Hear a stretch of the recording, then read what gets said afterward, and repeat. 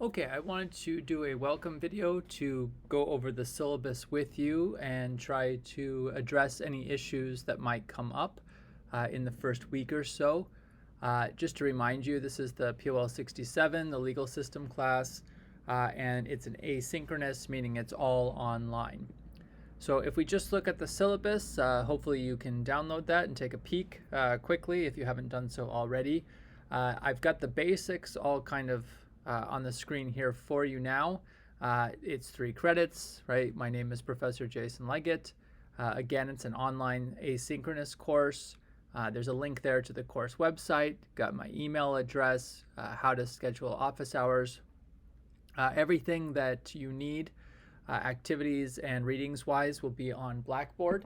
And in this class, we look about how the judiciary operates, how judges think, and how that interrelates with the criminal justice and legal system. And I just want you to be aware that in this class, there's going to be some assignments, weekly assignments, 2 papers. One's a 3-page paper, one's a 5-page paper, and then a final exam.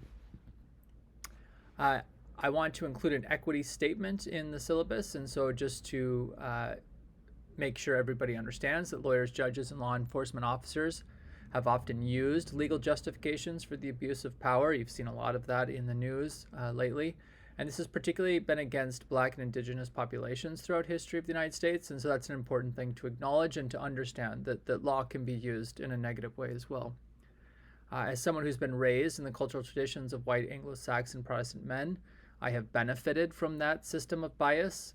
And that comes in both the institutional and ideological biases that encourage folks in positions of authority and everyday people to give me the kind of privilege and the benefit of the doubt and assistance based on those shared norms that they don't apply to all people. So in response, I've spent over 20 years working to uncover my own biases. I've interrogated and navigated through those within a system that promotes exclusions and superiorities. So I think about how that process works and what I can do with others to reduce the harms caused by such a system and really to do that in my teaching practice. For grading, one thing that I've tried to do is provide a bunch of opportunities here, different ways for you to show me that you're learning the materials. And obviously the best way to boost your grade is to do the extra credit. There'll be a variety of events and some other opportunities that I'll share with you over Blackboard, and that will boost up to 10% of your final grade. Most of the assignments will be done during or through something called Google Forms.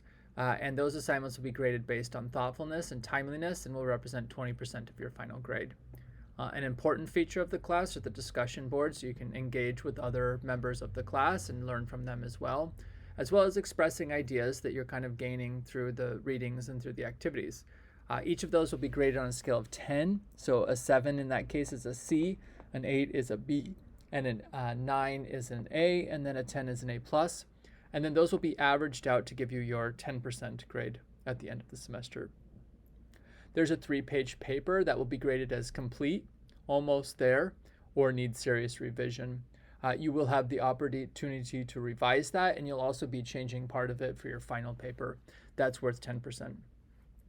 In general, the quality of your participation, the way you participate, and how often you participate will give you a grade of 20%. Now, participation is how timely you are. Do I hear from you in email? Are you completing your assignments, etc. The final paper with the final revisions, where you add some pieces to your original 3-page paper, I'll provide a grading rubric, but I'll do that after I get the 3-page paper so that I can base it on how you're actually doing in the course and provide you with some help that way. And then finally, there's a final exam, which will be multiple choice, reading comprehension, plus there'll be one long extra credit answer that'll be an additional boost to your grade. That's worth 30%. Now, some of the language I use in the assignments, I just want to go over that with you real quick. There are many different learning styles, so there's not just one, and I try to produce as many assignments and opportunities to address those different learning styles. If I say assignment, it usually means a Google form. And it's basically graded on did you do it and how well did you do it. If I say read, I expect you to take notes during the reading, and you should really do that during the expected due dates, simply for time management, but also just to make sure that I can get you feedback in a timely fashion. If I say examine, it usually means a website, and that's for you to search and click hyperlinks and really kind of just go where your curiosity leads you to get better acquainted with the tool that teaches you more about law. If I say respond, I want you to think critically and apply your learning to things that you've already been exposed to in the class. Extra credit are usually based on enrichment opportunities such as honors contracts or intervention, meaning that you have something you need to make up, something you've missed, and then I'm asking you to apply your learning in those extra credit assignments. So it's not just simply participating or completing it. You need to show me that you're understanding the materials. Review and exercise means this is a practice for coursework. There's not a lot of that in this particular course, but from time to time I'll offer things that would be helpful for you. They'll help you learn better, but they're not necessarily going to be graded. Watch will usually mean a YouTube video. You should take notes during those YouTube videos because they will be covered in the exam, and they'll be helpful for you to better understand the course materials. Join will be if I offer optional extra credit discussion sessions. You can also schedule a meeting with me. Those would be constituted as office hours. Review and use is if I give you something that would help your study habits. It could be like tables or summaries or an exam review video. That's pretty self-explanatory, I think, for most of you. On my exams, I'm asking you to show me how you're thinking, that you're thinking deeply, and that you're getting it, being the main kind of outcomes in the course. So these are not just simply ways of you copying and pasting answers. You shouldn't do anything that you get from the internet, but that you show me that you really understand. So the reading comprehension will be really based on how well did you understand the reading. So I encourage you to take notes as you're reading through the materials. And then the draft and final paper, or the 3-page paper and the final revised paper. This is really partially about practicing college level work, but it's also showing me that you can apply the learning into a new situation. So again, I want your original contributions. I want your ideas, your opinions, your thoughts based on how you're understanding the course materials. If I get papers that have obvious copied and pasted answers from the internet, or they don't seem to relate to the class materials, those are not going to be passing papers. Like I said, most of the materials are going to be found on Blackboard, and so there's a few different areas you want to be aware of. The discussion board under discussions, the course content where everything will be laid out in weekly PDFs. So if you're using your phone, you need to push, there's 3 little dots on the upper right hand corner when you push the week, and then it will open up the PDF. From inside the PDF, you'll be able to click these hyperlinks here, which will take you either to a reading or an assignment. And the assignments will usually be in the form of Google Forms, which you can see here in this later assignment in the semester, which is logic games about crime. Now, what supports are available? I've provided a hyperlink table here, so you can click any of the links in your syllabus and it'll take you to that office or service. If you need to help navigating that office or service, feel free to reach out to me and I can help you with that process. And my goal is for everyone to do as well as possible, so definitely utilize these services. I tried to use as many when I was in college, and I would have appreciated a list like this so I knew where everything was. Very briefly, right, don't steal from the internet. College administration is paying attention. Your faculty, we know when it happens. We have options, so you'll get different responses from different professors. I'll usually email you and just tell you to knock it off.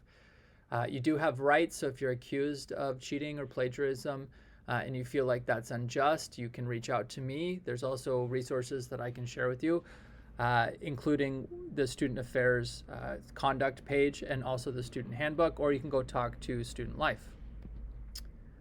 The weekly assignments should be done the week they're assigned. That's so that you don't get behind and that I can give you the feedback necessary for you to do well.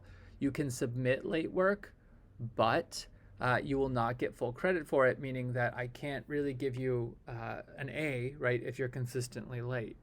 Reach out to me if you're falling way behind. We have options and I can help you try to catch up, or we can try to come up with a better plan. Just to throw this out there so you're aware, in week 5, the week of April 4th, you're going to have your first paper due. Again, that's a 3-page paper where you're going to conduct interviews and you're going to reflect critically on your own experience. I want you to apply knowledge that you've gained from the course. You want to be thinking about it in that context and really try to frame it that way. So that means you need to take good notes and ask good questions from week 1 through 4. Everybody always wants to know, right? It's spring, so there's spring break, April 15th to 24. If you're interested in doing an honors contract, I won't sign it or grade you for the final grade unless you have completed work before spring break, so before the end of this time, and that you've had at least one check-in meeting with me where we have verbalized and agreed what you have to get done and when. Also, if you're falling way behind and you just don't think you can catch up, please reach out to me. We can always figure something out. Obviously, you want to try not to be in that situation, but if you find yourself in that situation, please, please, please email me. Another note on that is that we do have VOE rosters, so you must complete the first assignment within the first week. It's actually about 8 days, but you will be dropped from this course if you don't complete that first assignment. So just try to get the first assignment even if you're struggling, and then I can try to help you. And again, we can try to catch up during spring break if you get too far behind. And then the paper really is going to be, I want to give you that information now. It's due the last week of class. You're going to show me that you can do critical analysis using the sociological thinking we've been practicing all semester. You're going to apply your own thinking, and you're going to compare and contrast to your 3-page paper. So you're going to show me that you've deepened your understanding and that you're going to apply the materials in this final paper. So this is really an important assignment, and I'd love to be able to help you with this in the way that's best for you. And then you'll just email it to me, same with the 3-page paper, to the Kingsborough email address. You should always, always, always keep a copy for your records, and make sure that you send me either a Word document, a PDF, or a Google Doc. I'll be giving you a 20-question multiple choice reading comprehension final exam. It'll also include 1 extra credit long response question. I will provide a exam review video for you, and you'll have way more details towards the end of the semester. And then finally, just a little bit about me. If you're interested in learning more about me, I do have an Instagram page where I post pretty much nonsense, which includes pictures of my dog, me learning how to be better at the guitar, and just random things that I see and do. That's also on my blog page, jleggett.commons.gc.cuny.edu. That also includes a lot of my research that I'm working on if you're ever interested in working on that. There are work study positions and research positions available through the college if that's something that you want to get paid to do. There's also the YouTube videos that I create for this class and others.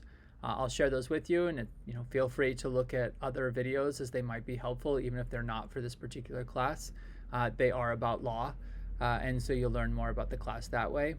And then the course website, which you'll get numerous times, includes links to all of these things. I'm the first in my family to have gone to college, and so I know what that's like if you haven't had anyone who tells you what the process is. So I'm happy to talk to you about that and things I wish I would have known when I was in your situation. I did go to community college before I went to the 4-year college, and then I went to law school. I've also studied in Italy and in Guatemala. I'm interested, my focus was on international law and human rights. And before all that, I took some breaks in college, and I worked in political campaigns for both political parties, if that matters to you. And then I worked for nonprofit organizations doing civic education, all before I went to law school. During and after law school, I found that my talent lied in legal writing and research. And so even when I worked in the firms, that was really what I focused on, was writing briefs, writing interrogatories. I did a number of other things, but those were the things that I liked the most, and so I made the decision to be a socio-legal scholar and educator in 2010.